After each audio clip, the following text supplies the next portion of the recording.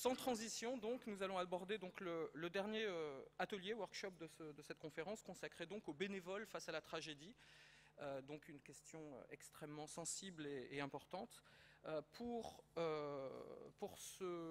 peut-être déjà un petit point d'organisation avec le public.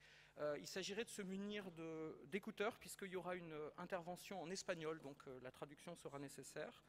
Et de même, je rappelle que tout est retransmis en streaming et que tous les relais Twitter sont les bienvenus.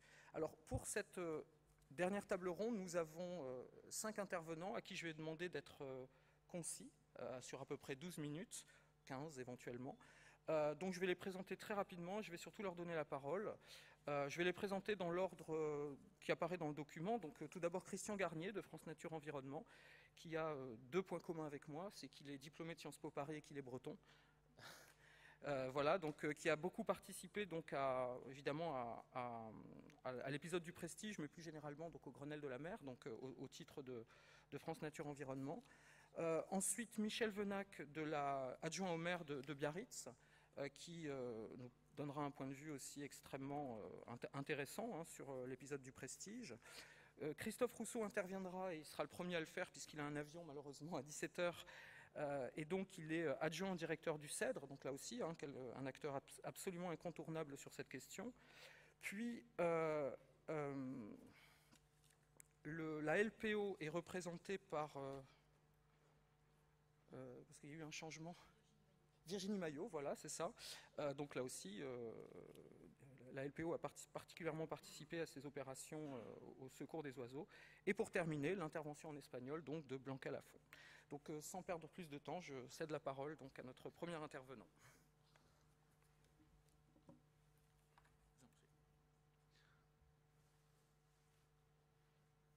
Bon, c'est le PowerPoint.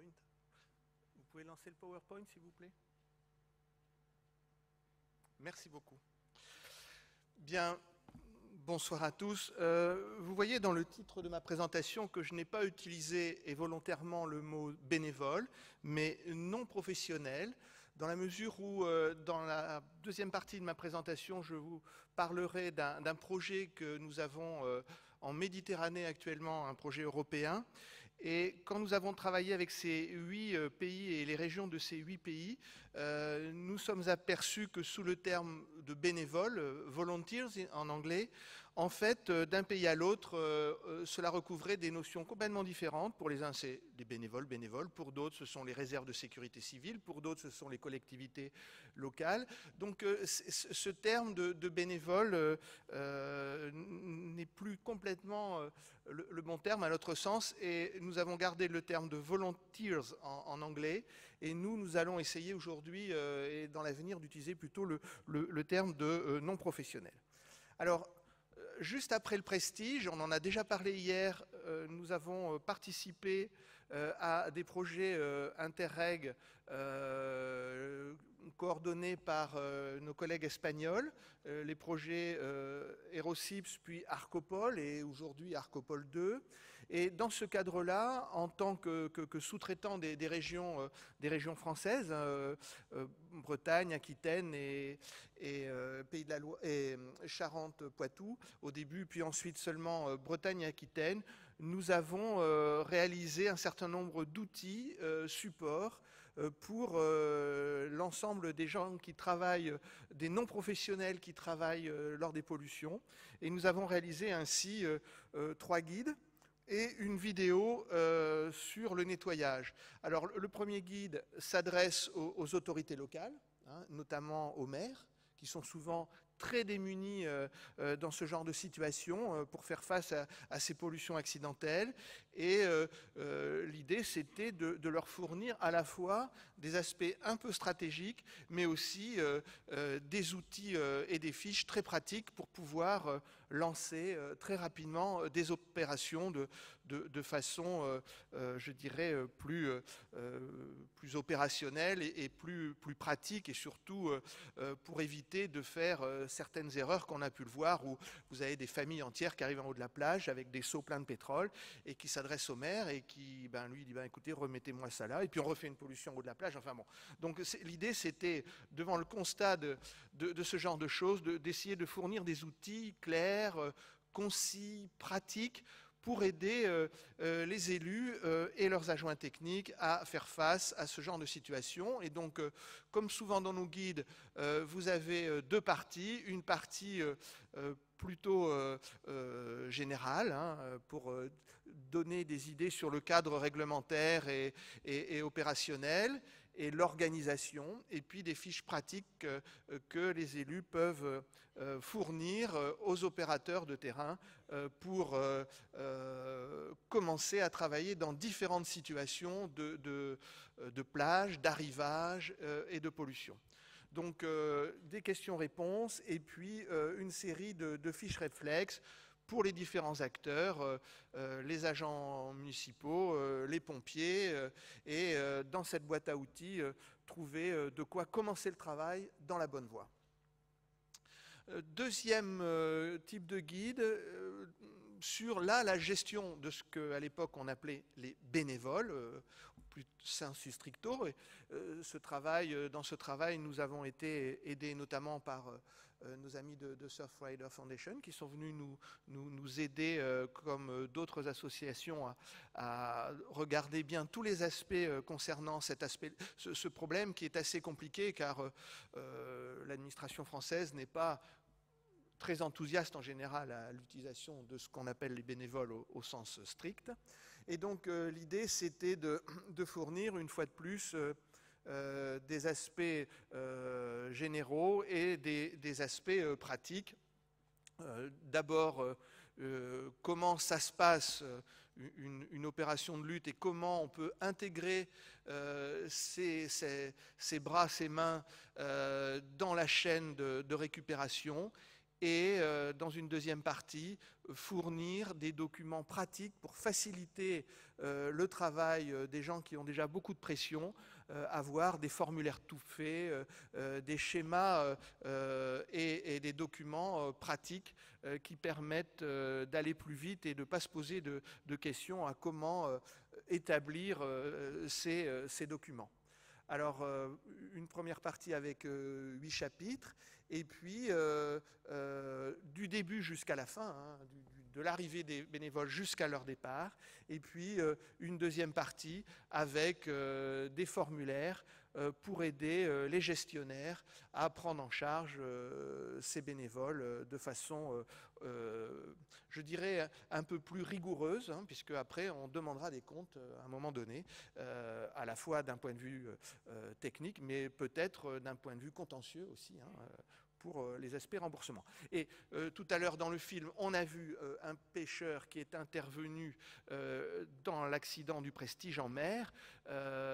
On a beaucoup travaillé aussi avec les pêcheurs du bassin d'Arcachon pour mettre en place 8 niveaux de protection du bassin pour empêcher que le pétrole arrive sur les tables où il y avait des huîtres. Et donc, dans cet esprit-là, nous avons conçu un guide pour l'implication des professionnels de la mer, et une fois encore, un document avec deux parties.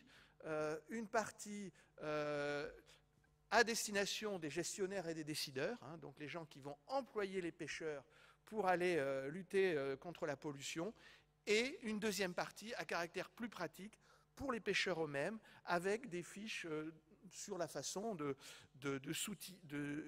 se protéger, évidemment, mais aussi de récupérer le pétrole, de nettoyer leurs navires. Vraiment, vous voyez, il y a 24 fiches pendant et après la pollution pour les aider à intervenir précisément en cas de pollution. Le dernier document que nous avons réalisé dans le cadre Arcopol. C'est une vidéo qui explique les grands principes de base sur le nettoyage. C'est quelque chose de très très pédagogique et de très simplifié pour donner les grands aspects stratégiques et tactiques d'une intervention sur le littoral. Vous trouvez tous ces documents sur le site d'Arcopol, avec beaucoup d'autres documents. On l'a dit hier, hein, Arcopol, c'est un énorme travail européen hein, de tous les pays de l'arc atlantique. Et il y a énormément de choses. Beaucoup de ces outils sont destinés aux collectivités territoriales, évidemment. Et puis sur notre site, comme relais d'un certain nombre de ces documents. Alors, quelques mots sur ce projet que nous avons commencé il y a quelques mois. Ce projet POSO, Preparedness for Oil Polluted Shoreline Cleanup and Oil Wildlife Intervention. C'est un projet dans le cadre de l'activité de sécurité civile, de protection civile de la communauté européenne, qui est piloté par le REMPEC. Vous voyez, c'est un projet sur 2 ans avec 5 partenaires. Les cibles, c'est les autorités nationales, locales et les ONG. Et qui couvre les régions de 8 États européens de la Méditerranée.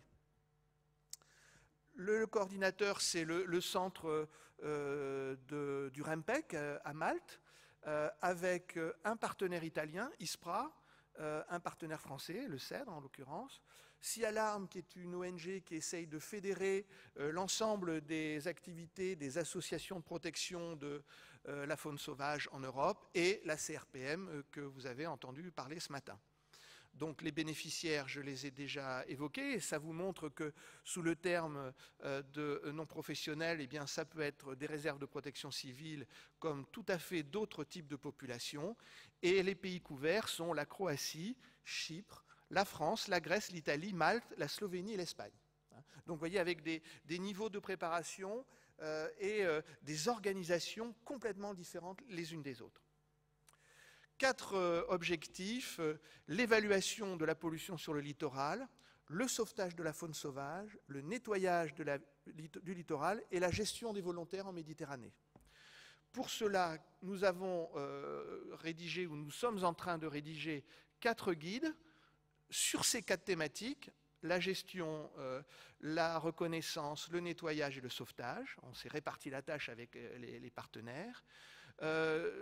Nous avons prévu de faire 2 formations sur notre centre à Brest, où nous pouvons déverser du pétrole sur notre plage et notre bassin, pour former des formateurs qui iront ensuite dans ces régions de ces 8 pays, organiser avec notre aide des sessions nationales que nous allons encadrer pour former et redispatcher toute cette information et cette formation à un plus grand nombre possible de gens sur le terrain. Pour aider à la dissémination de cette information, un site internet, comme c'est à peu près le cas maintenant de toutes les études européennes, a été mis en place et sur lequel vous pouvez déjà aller chercher de l'information. Et tous les documents que j'ai cités seront évidemment mis sur ce site.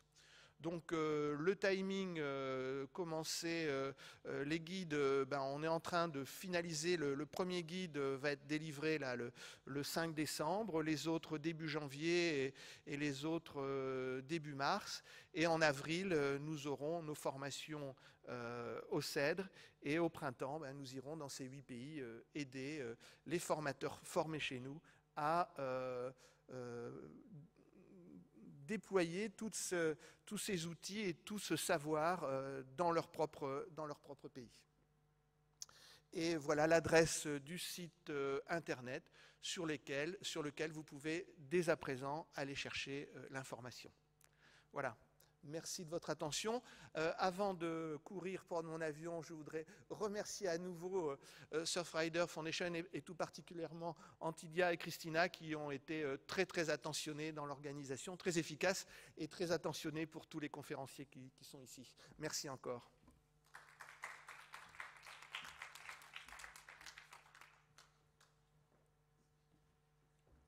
Donc, merci pour cette intervention qui montre bien qu'à quelque chose malheur est bon, malheureusement. C'est La catastrophe du Prestige a eu au moins ça comme effet positif, de mettre ensemble, de faire travailler ensemble des professionnels et donc des non-professionnels, le nouveau nom des bénévoles.